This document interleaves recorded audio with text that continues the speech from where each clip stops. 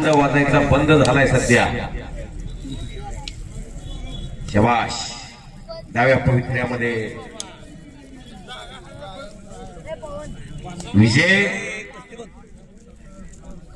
डाव्या पवित्र्यामध्ये रवींद्र. खुरप उजव्या हाताने जेवढं चालतंय तेवढं डाव्या हाताने चालत नाही.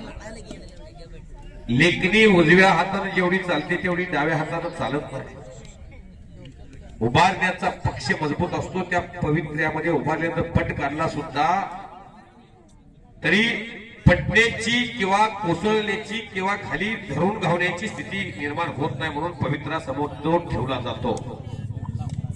एखादा पक्षी वाळ्या झाडाच्या फांदीवर बसतो, जरी फांदी मोडली तर तो खाली कोसळत नाही. याचं कारण त्याला त्याच्या पंखामधलं बळ, आत्मविश्वास देत आहे.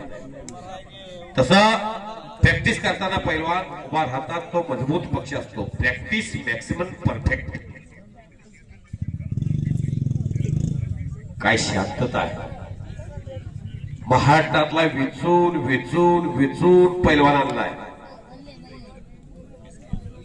गोड बोलून त्याची स्थिती सांगून तू या दर्जेमध्ये आहे, तुला अशी कुस्ती करावं लागल, तेही हनुमान जयंतीच्या दिवशी.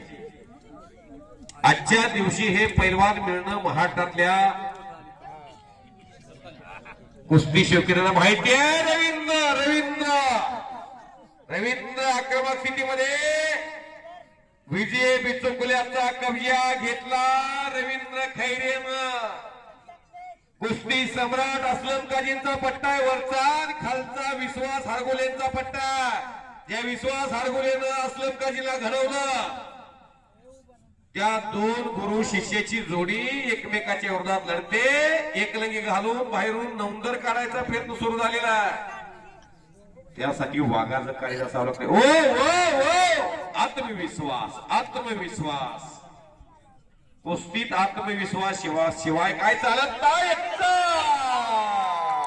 आणि एक जाग डावावरती रवींद्र खैरे सुंदर